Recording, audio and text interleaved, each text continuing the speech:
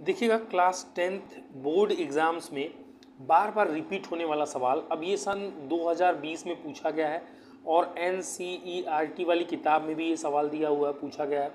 यानी कि इसके चांसेस हैं कि ये 2-3 साल में क्वेश्चंस रिपीट होते हैं, चांसेस हैं कि ये आपके पेपर में आ जाए। और आजकल जो रेलवे के, SSC के या ये जो एग्ज़ाम हो रहे हैं ना, इनमें फ्रीक्वेंटली ये सवाल पूछे जाते हैं। वैसे तो इनके ट्रिक्स वगैरह वो बच्चे बना लेते हैं, लेकिन अगर 10th की बात करें तो आपको इसका बेसिक कॉन्सेप्ट पता होना चाहिए कि अब आपको ये दिख रहा होगा कि ये रैखिक समीकरण है और दो चर राशि वाला है, एक तो x है और एक y है। ठीक है, इसमें भी x है और इसमें भी y है। अब इसको सॉल्व करने के लिए क्लास 10th लेवल पे आपको 3 मेथड्स बताए गए हैं। एक तो ग्राफ से बताया गया है, एक आपका एलिमिनेशन मेथड है और एक आपका है सब्स्टिट्यूशन मेथड।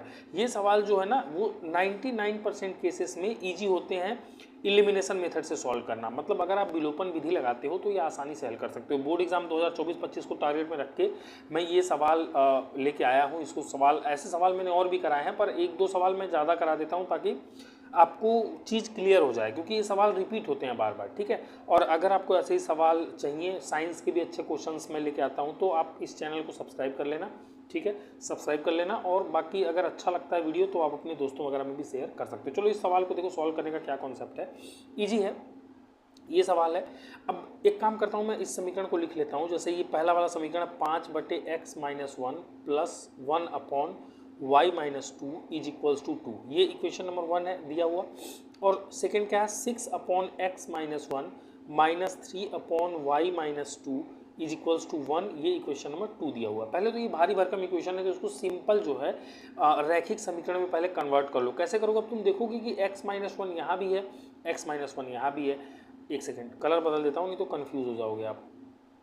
चलो, x-1 यहाँ भी है, x-1 यहाँ भी है, y-2 यहाँ भी है, y-2 यहाँ भी है। तो यहाँ देखो कुछ नहीं है तो गुणे एक तो मान ही सकते हो। और ये पूरा जो है ये 1/x-1, जो 1/x-1 है इसको मान लो a, क्योंकि सेम सिचुएशन यहाँ है, गुणे 1 मान सकते हो तो 1/x-1 ये मान लो a। ऐसे ही यहाँ पर कुछ नहीं है तो 1/y-2, इस पूरे को क्या मान लो तुम b, 1/y-2 इसको मान लो तुम b। तो यानी कि यहाँ 3 के आगे कुछ नहीं है तो गुणे 1 लिख सकते हो। ये भी 1/y-2 के फॉर्म में, b के फॉर्म में चेंज कर सकते हो। तो अब चुपचाप क्या करो तुम, जो तुमने यहाँ पे माना हुआ है उस हिसाब से इस समीकरण को चेंज कर लो। तो कैसे लिख लोगे, अब देखो ये 5 और इस पूरे की जगह पे हटा के मैं लिखना चाह रहा हूँ a, तो ये हो जाएगा 5a प्लस, और ये 1/y-2 तो b है, तो b इज इक्वल्स टू 2, ये इक्वेशन नंबर 3 बन गई। और इसको क्या लिखोगे, 6 और ये पूरा देखो a है ना, तो ये हो जाएगा 6a minus 3b is equals to 1, ये इक्वेशन नंबर 4 आ जाएगा। अब देखो ये सिंपल इक्वेशन हो गया ना, दो चर राशि वाला रैखिक समीकरण, तो कोई भी हल कर सकता है। क्या करो, इन दोनों को जोड़ दो, जोड़ दोगे तो साइन में कोई चेंज करना नहीं है तुम्हें। अगर आप इनको जोड़ते हो तो साइन में कोई चेंज करना नहीं है। क्या होगा ये, अच्छा यहाँ पे b को देखो तो यहाँ पे -3 है, अगर यहाँ भी -3 हो जाए तो b भी कैंसिल हो जाएगा। तो मैं क्या करूँगा, इस वाले इक्वेशन में 3 से गुणा कर दूंगा। 3 से गुणा करते ही ये किस में कन्वर्ट हो जाएगा, ये हो जाएगा 3×5 = 15a प्लस 3b बराबर 3 दूना 6। और ये वाला कैसे, ये तो सेम टू सेम है, इसको लिख दो 6a minus 3b is equals to 1। अब इन दोनों को जोड़ दो तो 3b और 3b क्या होंगे, कैंसिल हो जाएंगे। 15 और 6 जोड़ दोगे तो कितना हो जाएगा, 21a, और बराबर में क्या हो जाएगा 7। तो a बराबर कितना हो जाएगा, 7/21, यानी कि 7 करने 7 तिक्का 21 बराबर में कितना आ गया, 1/3। a की वैल्यू तुमने निकाल ली कितनी, 1/3। अगर तुमने a निकाल लिया तो किसी इन 3 और 4 में से किसी भी एक समीकरण में a का मान रख के तुम b का मान निकाल सकते हो।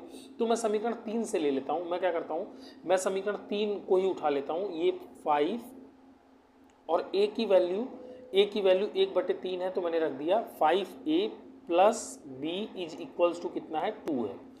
ठीक है, तो ये 5/3 plus b is equals to कितना है, 2 है। तो b इज इक्वल्स टू कितना हो जाएगा, 2 माइनस 5/3।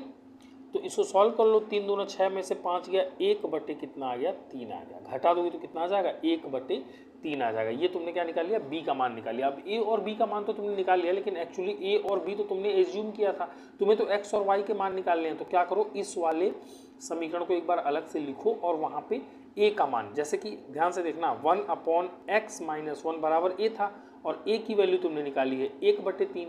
a की वैल्यू कितनी निकाली है, 1/3। तो तो यहाँ पे रख दो 1/3।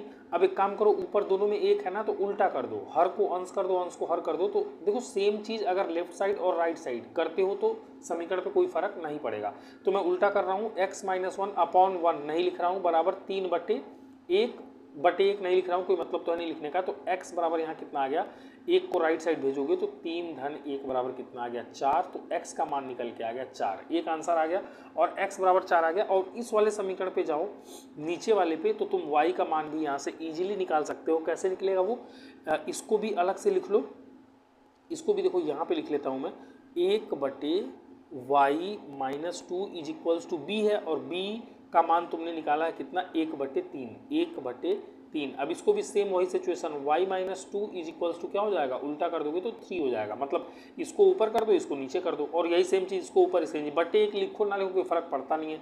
तो y बराबर 2 को राइट साइड भेजोगे तो 3 और धन 2 बराबर मिला के हो जाएगा 5। तो y का मान कितना निकल गया 5, यानी x बराबर आ गया आपका 4 और y बराबर आ गया आपका 5। यही आंसर है। इस तरह से इसको सॉल्व करते हैं। देखो मिनटों का काम सेकंडों में हुआ है, बट आपको कॉन्सेप्ट क्लियर होना चाहिए। वीडियो अच्छी लगी तो पक्का लाइक कर देना, दोस्तों में शेयर कर लेना इसको, और चैनल पर नए हो तो सब्सक्राइब जरूर कर लेना, क्योंकि ऐसी वीडियोज़ में लेके आता रहता हूँ। Thanks for watching.